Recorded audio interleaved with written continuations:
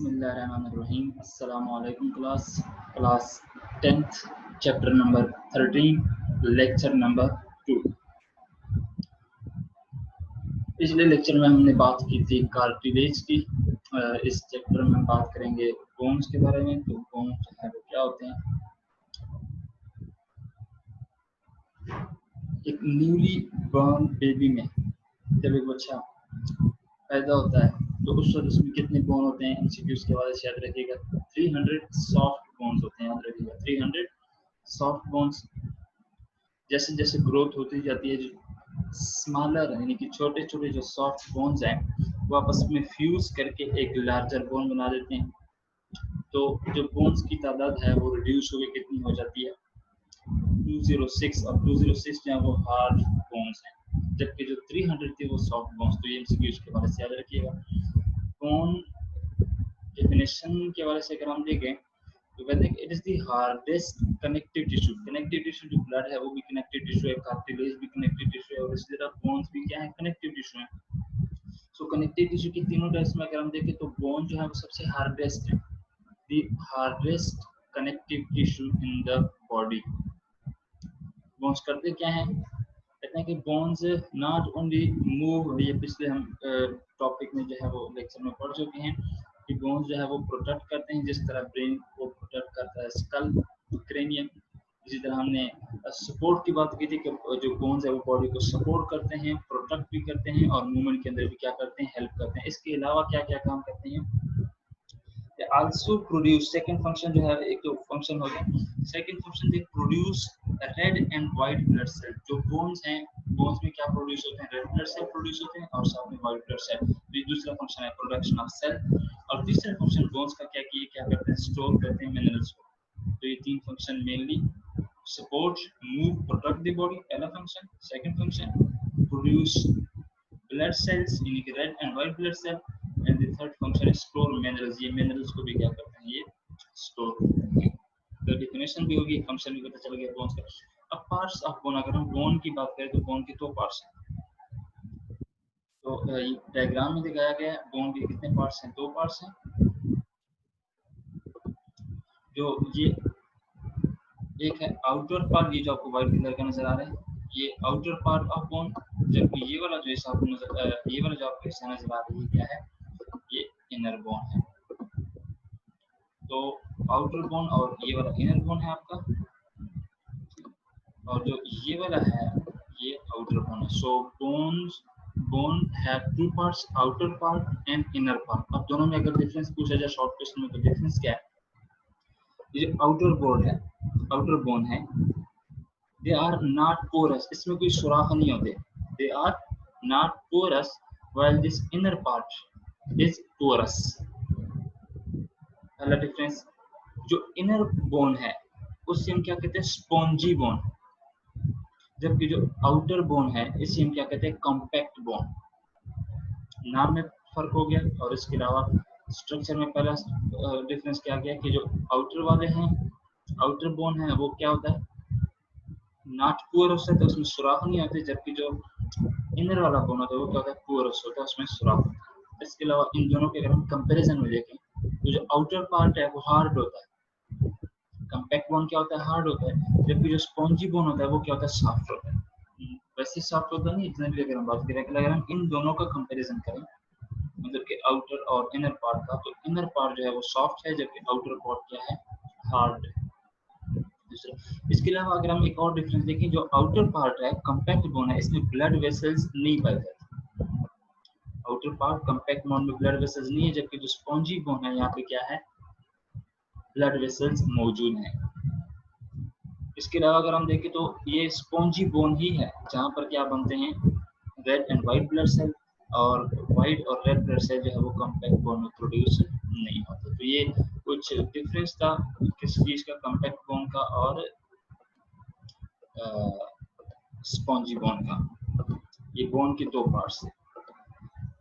इसके अलावा हमने बात की है कि जो एक शॉर्ट बोन 300 और एक जो एडल्ट होता है उसमें कितनी बोन्स होती हैं, उसमें 206 बोन होती हैं। तो वो 206 बॉडी में किस तरह अरेंज होती है वो हम जरा डिस्कस कर लेते हैं।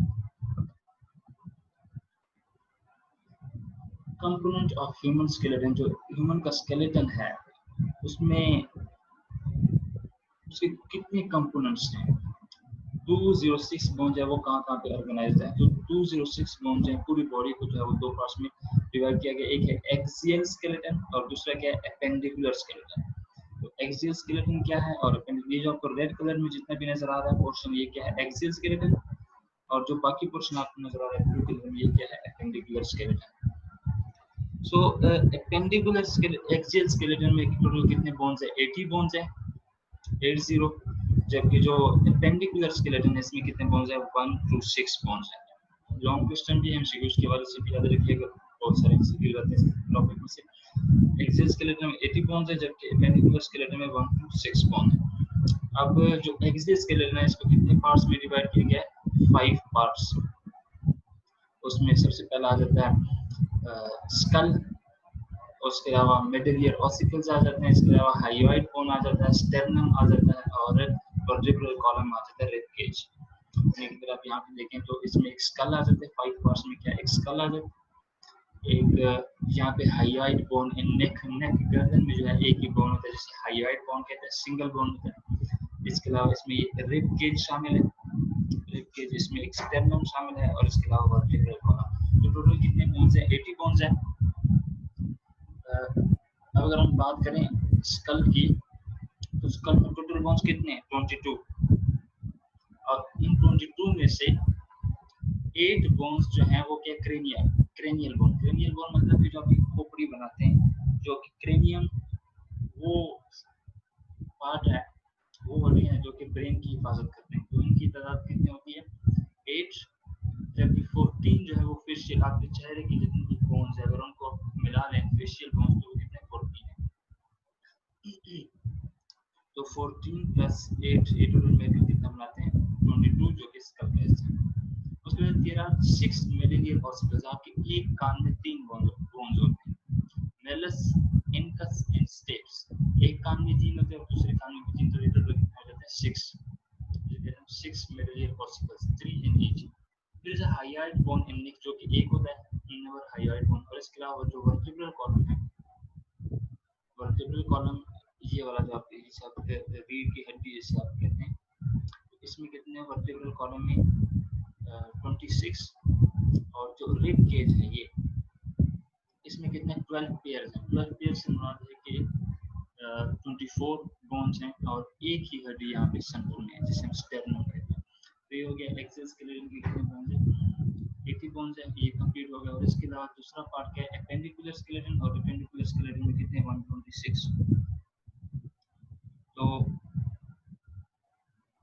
एपेंडिकुलर स्केलेटन में सबसे पहले आपको जो ये वाला जो पोर्शन आपको नजर आ रहा है, ये है एपेंडिकुलर पेल्विक गर्डल,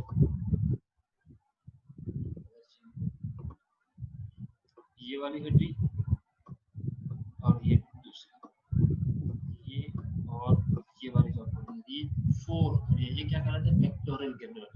जबकि ये वाला जो हिस्सा है, एक ये बोन और एक ये बोन, ये क्या कहलाता है, पेल्विक गर्डल। ये पेक्टोरल गर्डल और ये पेल्विक गर्डल। पेल्विक गर्डल में 2 बोन है, 1 और 2। जबकि जो पेल्विक गर्डल है उसमें 4 बोन है, ये 1, ये स्कैपुला कहलाता है, ये सेकंड स्कैपुला, और ये जो आपके पास फर्स्ट क्लेविकल और सेकंड क्लेविकल। तो ये टोटल कितने हो गए, पेल्विक गर्डल में 4 बोन्स हो गए, और यहाँ पे पेक्टोरल गर्डल में कितने हो गए, 4, और पेल्विक गर्डल में कितने हो गए, 2। इसके अलावा आर्म्स, आर्म्स में 1, 2 एंड 3 ये हो गया, और इसी तरह 1, 2 एंड 3। तो आर्म्स जो हैं इसमें टोटल कितने बोन्स हैं, 6 बोन्स हैं। इसके अलावा अगर हम हैंड की बात करें, ये हैंड, तो इन दोनों में मिलकर कितने बोन्स हैं, 56, 54 प्लस 54 एंड 6 और 6 क्या हो गए, ये हो गए। इसके अलावा लेग्स की अगर हम बात करें तो 1, 2 एंड 3, इस तरह 3 इस लेग में है और 3 जो है वो इस लेग में है, तो कितने हो गए, 6 बोन्स हैं लेग्स में। और ये जो है ये दोनों के में कितने हैं, 54 एंड 54। तो ये कितने बोन्स बन जाते हैं, ये 128 जो है वो बोन्स बन जाते हैं। और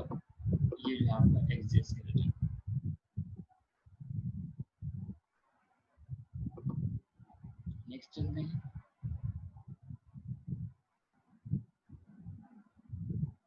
कॉम्पैक्ट बॉन्ड की बात होगी, स्पॉन्जी बॉन्ड की बात हो गई है और बॉन्ड्स की डेफिनेशन भी होगी। अब हम चलते हैं नेक्स्ट, ये इंफॉर्मेशन के लिए कहते हैं अपर जा जो है, दो जा है अपर जा एंड लोअर। जो अपर जा है उसमें कितने बॉन्ड है, उसमें एक ही बॉन्ड है। और ये जो फिक्स होता है स्कल के साथ, जो स्कल के बोन्स हैं इनके साथ जो लोअर जा है वो अपर जा होता है, वो क्या होता है, फिक्स होता है। जबकि जो लोअर जा है, लोअर जा इज मोबाइल, लोअर जा हरकत करता रहता है, आर्टिकुलेट विद द स्कल। और ये जो स्कल के बोन्स है उनके साथ क्या बनाता है, जोड़ बनाता है।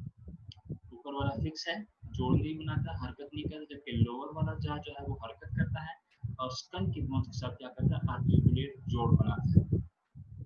अब जो लोअर वर्टिब्रेट्स है उनमें जो लोअर जा है वो कितना, it's more than one bone, उसमें एक बोन से ज्यादा हड्डियां होती है, यानी ज्यादा हड्डियां होती हैं लोअर जा में, लोअर वर्टिब्रेट्स में। अगर मैमल्स की बात करें तो it is made of single bone, single bone. Mammals में जो लोअर जा होता है उसमें एक हड्डी होती है, जबकि जो लोअर वर्टिब्रेट्स होते हैं उनके लोअर जा में मोर देन वन बोन्स। इस तरह जैसे कि वक्त के साथ साथ क्या होती गई, एवोल्यूशन होती गई। अब ये लोअर जा जो है अगर इसमें ज्यादा पहुंचोगे तो ये जो है वो स्ट्रांग नहीं होगा, मजबूत नहीं होगा। जबकि एक ही अगर हड्डी है तो वो क्या है, स्ट्रांग होगा।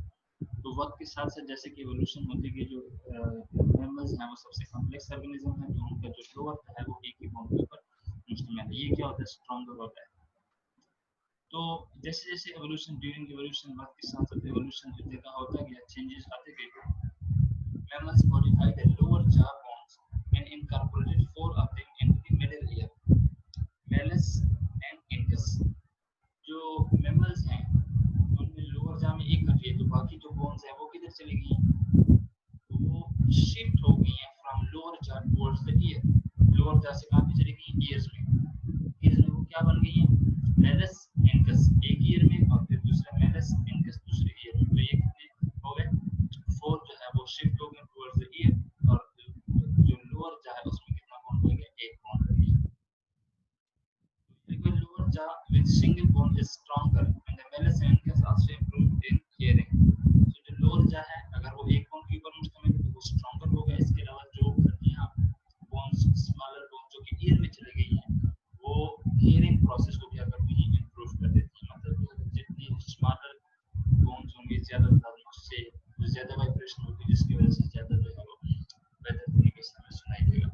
इसके अलावा हम डिफरेंस पढ़ते हैं, what is the difference between bones and cartilage। cartilage और bones में क्या डिफरेंस है, पहला डिफरेंस ये कि bones जो है वो स्ट्रॉन्गर है, सेकंड जो cartilage है वो सॉफ्टर है। cartilage सॉफ्टर नहीं है, लेकिन अगर हम कंपैरिजन कर रहे हैं bones के साथ तो bone स्ट्रॉन्गर है, हार्ड है, जबकि जो cartilage है वो क्या है, सॉफ्ट है। दूसरा डिफरेंस कि जो एक spongy bone contain blood vessel, मतलब कि बोन जो है वहाँ पे ब्लड वेसल मौजूद है, जबकि जो कार्टिलेज है, कार्टिलेज में ब्लड वेसल्स मौजूद नहीं है। ये दूसरा डिफरेंस हो गया। तीसरा डिफरेंस कि जो बोन्स है वहाँ पे रेड और व्हाइट ब्लड सेल बनती है, जबकि जो कार्टिलेज है, कार्टिलेज में कोई भी व्हाइट ब्लड सेल या फिर रेड ब्लड सेल नहीं बनता। तीसरा डिफरेंस हो गया। चौथा डिफरेंस ये है कि जो कार्टिलेज है उसमें एक तरह के सेल्स होते हैं, और सेल कौन से होते हैं ये भी याद रखिएगा, कॉन्ड्रोसाइट्स।